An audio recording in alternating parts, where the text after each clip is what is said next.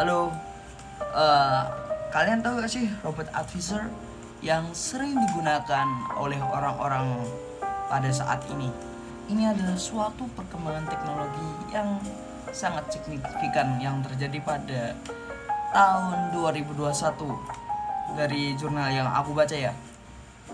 Akan tapi itu bukan suatu hal yang baru. Robot advisor sendiri itu udah ada sejak tahun 2008. Pada saat itu terjadi krisis ekonomi yang terjadi pada UK and US.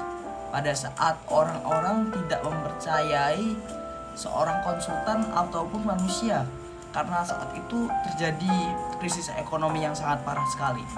Oke, aku Novel yang akan menemani kalian, yang akan menemani kamu di pembahasan tentang robot advisor and wealth management. Ini sangat menarik untuk dibahas sih menurutku. Ikutin terus dengan aku. Oke, tadi kan aku udah ngasih tahu nih tentang bocoran sedikit apa itu robot advisor dan gejala-gejalanya. Tapi aku akan memberikan dasar-dasar sekali lagi pada kalian, pada kamu yang sedang menonton video ini, tentang apa sih robot advisor itu sendiri. Robot advisor sendiri itu adalah sebuah platform digital yang menggunakan algoritma dan kecerdasan buatan untuk menyusun strategi investasi, pembuatan portofolio, dan merencanakan keuangan.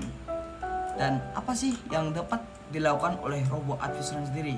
Yaitu kita dapat mengukur portofolio, membuat portofolio, melakukan rebalancing, dan juga mengoptimalisasikan suatu pajak dan biaya yang akan dikeluarkan.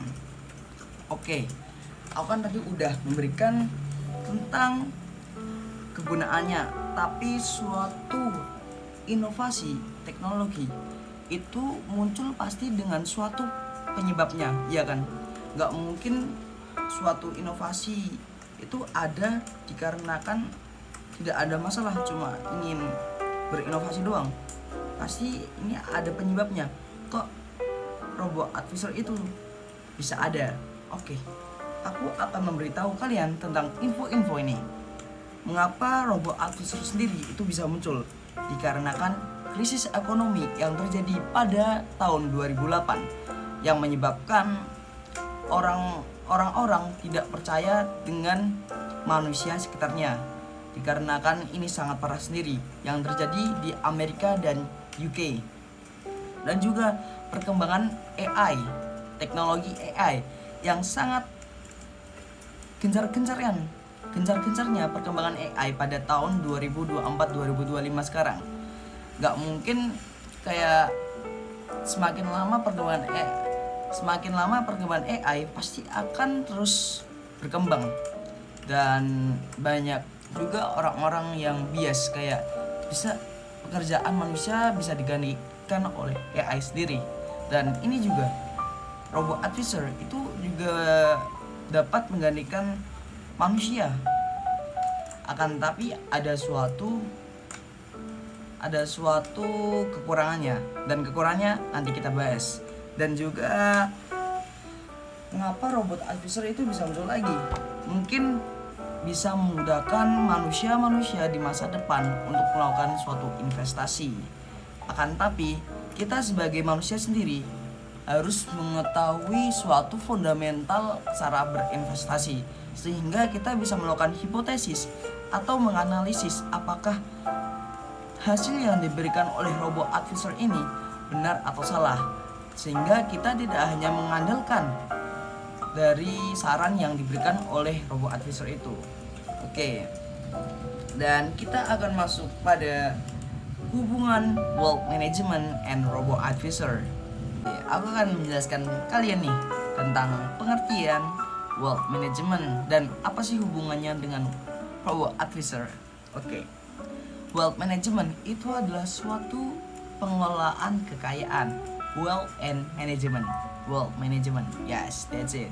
And hubungannya dengan robot advisor itu sederhana. Itu seperti robot advisor itu sebagai alat, dan alat-alat tools untuk membantu pengelolaan kekayaan, wealth management, mengatur suatu keuangan dalam berinvestasi atau membuat suatu portofolio. Nah, itu sih penghubungan antara robot advisor sendiri dengan wealth management. Dan tadi kan aku udah bilang nih tentang kelemahan penggunaan robot advisor, bener gak? Nah, yaitu ada bias algoritma. Biasanya AI atau robot advisor sendiri, artificial intelligence, itu memiliki bias algoritma pada algoritma tersendiri yang digunakan oleh AI atau robot advisor, sehingga dapat menyebabkan suatu kekeliruan data yang terjadi, sehingga bisa menjadikan suatu masalah bagi kita sendiri. Sehingga kita harus juga menguasai dasar-dasarnya, tidak hanya mengandalkan suatu teknologi. 2, yaitu cyber security, yaitu kebocoran data yang sangat mengkhawatirkan jika suatu data kita bocor. Apalagi robot advisor sendiri itu adalah digital platform, benar gak? Oke, mungkin sudah selesai dari pembahasan kita.